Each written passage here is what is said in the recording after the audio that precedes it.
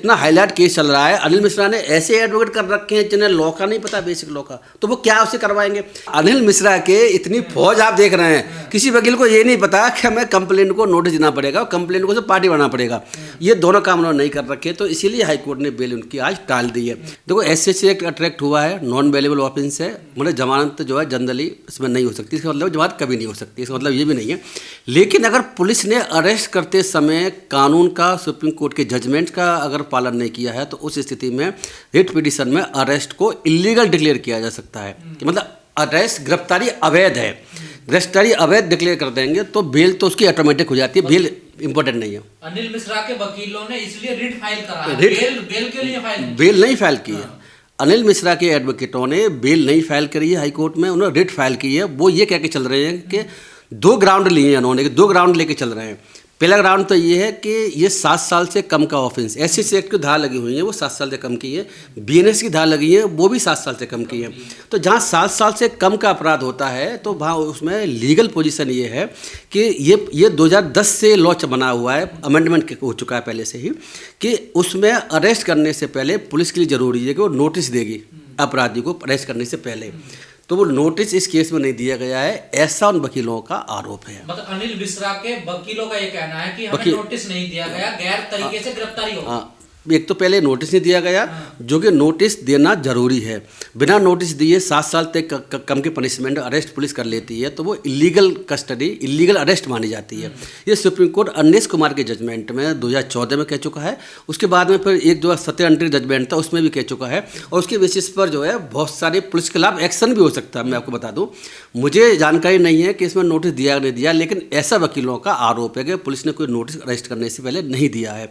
जैसा मुझे लग रहा है कि FIR तुरंत होती है, उसके बाद तुरंत अरेस्ट होता है, तो नोटिस दिया नहीं दिया गया हो ऐसा मैं मान सकता हूँ, ऐसा शायद सही हो। तो अगर नोटिस नहीं दिया गया होगा तो मैं आपके चैनल के माध्यम से बताना चाहता हूँ कि इसमें तुरंत हाईकोर्ट बेल को इलीगल डिक्लेयर करके तुरंत ही छोड़ने के लिए ऑर्डर करेगा, नंबर 1। दूसरा राउंड ये है कि जब किसी व्यक्ति को अरेस्ट किया जाता है तो उसमें सज़ा कितनी भी हो, सज़ा चाहे उसमें पॉक्सो की हो, चाहे उसमें मर्डर केस की सज़ा हो, चाहे उसमें UAPA लगा हुआ हो, चाहे उसमें और की धारा लगी हुई हो, सब धाराओं के लिए सुप्रीम कोर्ट का जजमेंट है। और हमारे संविधान का आर्टिकल 22 भी है, जो ये कहता है कि अगर आपने किसी को अरेस्ट किया है तो ग्राउंड ऑफ अरेस्ट, अरेस्ट के रीजन, आप उसे अरेस्ट क्यों कर रहे हैं उसके रीजन उसको लिखित में देंगे। पहले क्या होता था कि वो रीजन देते भी नहीं थे, खाली क्या करते थे कि उनके पेरेंट्स को इंटीमेट कर दिया करते थे कि आपको, आपके बेटे को या किसी को अरेस्ट कर लिया गया, पुलिस खाली ही बता दिया करती थी, उसमें भी नहीं बताती थी। लेकिन अब सुप्रीम कोर्ट का कहना ये है पिछले 2 साल 3 साल से कि अगर आपने अरेस्ट के बारे में जो ग्राउंड है कि क्यों अरेस्ट किया, भाई FIR होना एक अलग बात है, अरेस्ट होना एक दूसरी बात है।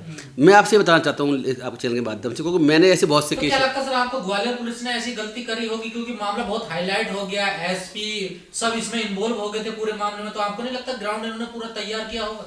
मुझे नहीं लगता। पुलिस की जो मैं जो कार्यप्रणाली देख रहा हूँ, वहाँ पर जो पुलिस इनको बचा के चलने की कोशिश कर रही थी, तो हो सकता है इंटेंशनली ऐसा कर रखा हो। ऐसा भी संभव है कि जानबूझ करके वहाँ की पुलिस ने कमी छोड़ दी जिससे इनकी बेल हो जाए, जिनकी अरेस्ट डिक्लेयर इलीगल हो जाए, ऐसा हो सकता है।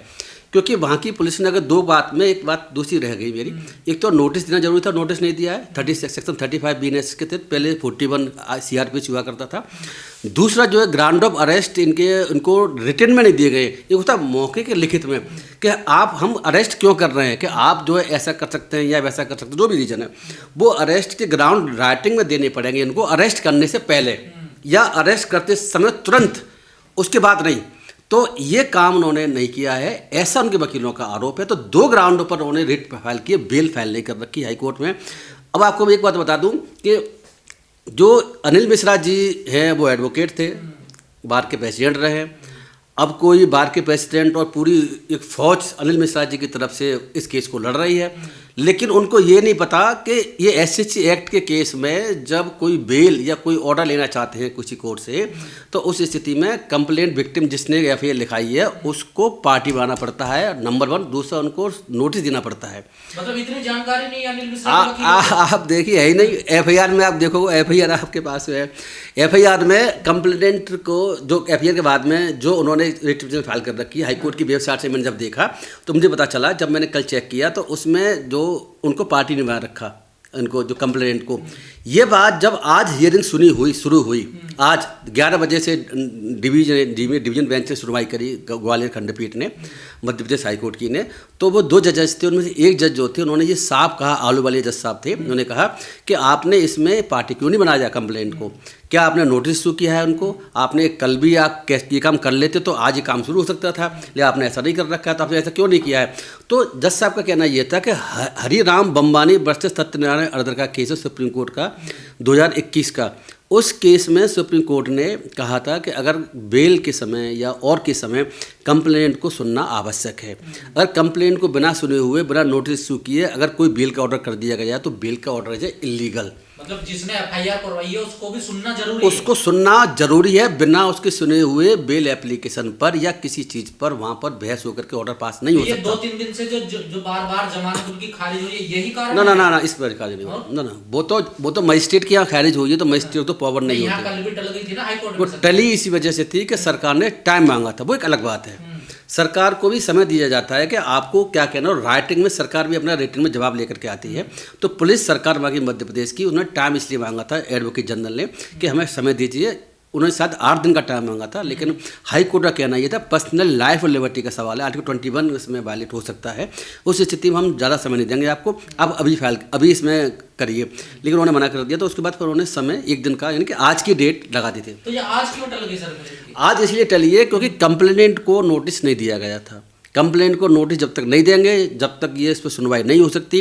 ये हरिराम बम्बानी जजमेंट जो मैंने आपसे चर्चा करी, इस जजमेंट को बाकायदा इसी डिवीजन बेंच ने इसकी ने ग्वालियर की ने बाकायदा वकीलों को बताया। सर ये तो बेसिक कानून होता है ना सर, देखिए बेसिक कानून भी अनिल मिश्रा जी के एडवोकेटों को नहीं पता। आप सोचिए क्या स्थिति देश में, आप ये जान की कोशिश करें, इतना हाईलाइट केस चल रहा है, अनिल मिश्रा ने ऐसे एडवोकेट कर रखे हैं जिन्हें लॉ का नहीं पता, बेसिक लॉ का, तो वो क्या उससे करवाएंगे।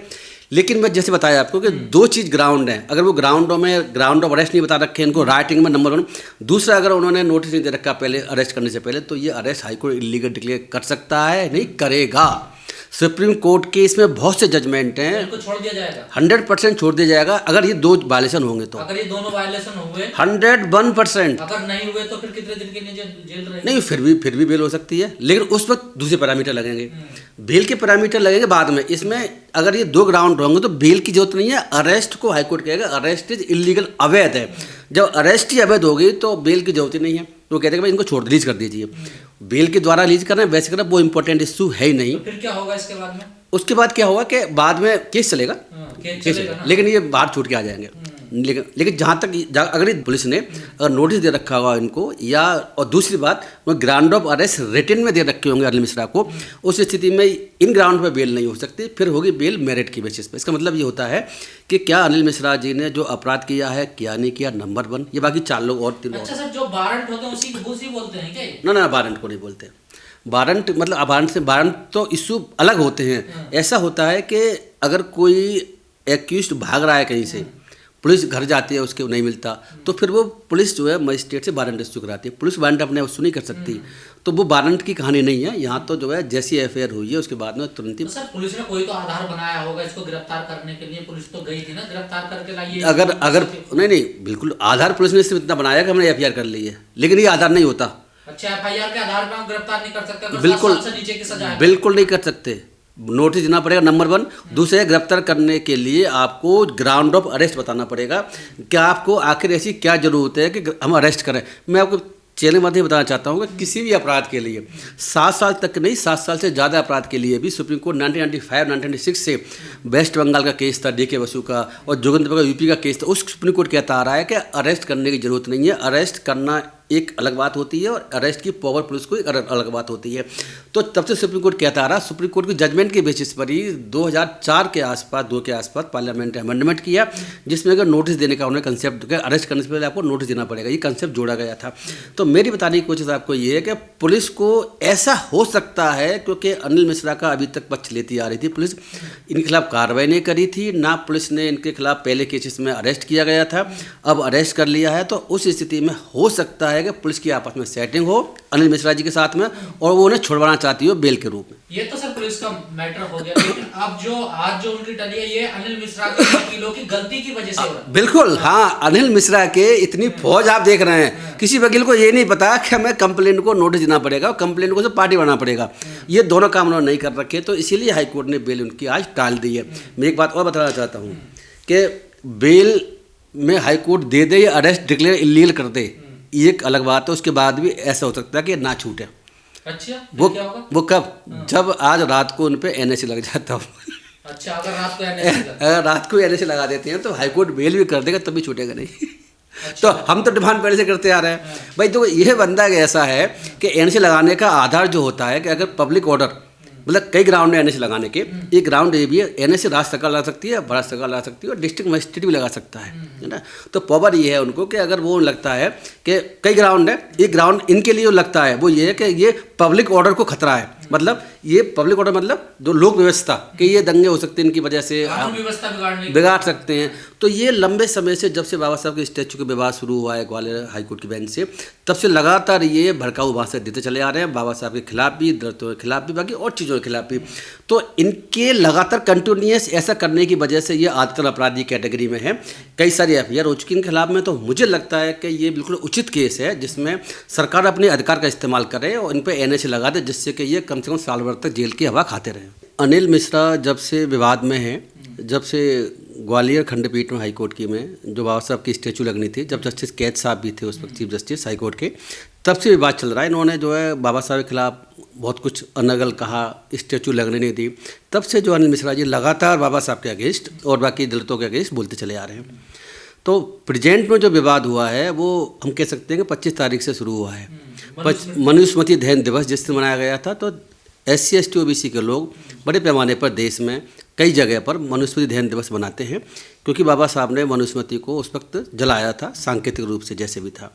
तो उस दिवस को मनाते हैं। तो उसके अगेंस्ट ये जो अनिल मिश्रा जैसे लोग हैं, उन्होंने ग्वालियर में सकपाल दिवस कुछ मनाना शुरू किया कि 25 दिसंबर को हम सकपाल दिवस कुछ मनाएंगे। तो बाबा साहब को आके सकपाल कह के एक तरीके से उनका अपमान करते हैं। वो हमारी मनुस्मृति को जलाएंगे तो हम उनके जो बाबा साहब की फ़ोटो वगैरह को उनको भी जला सकते हैं।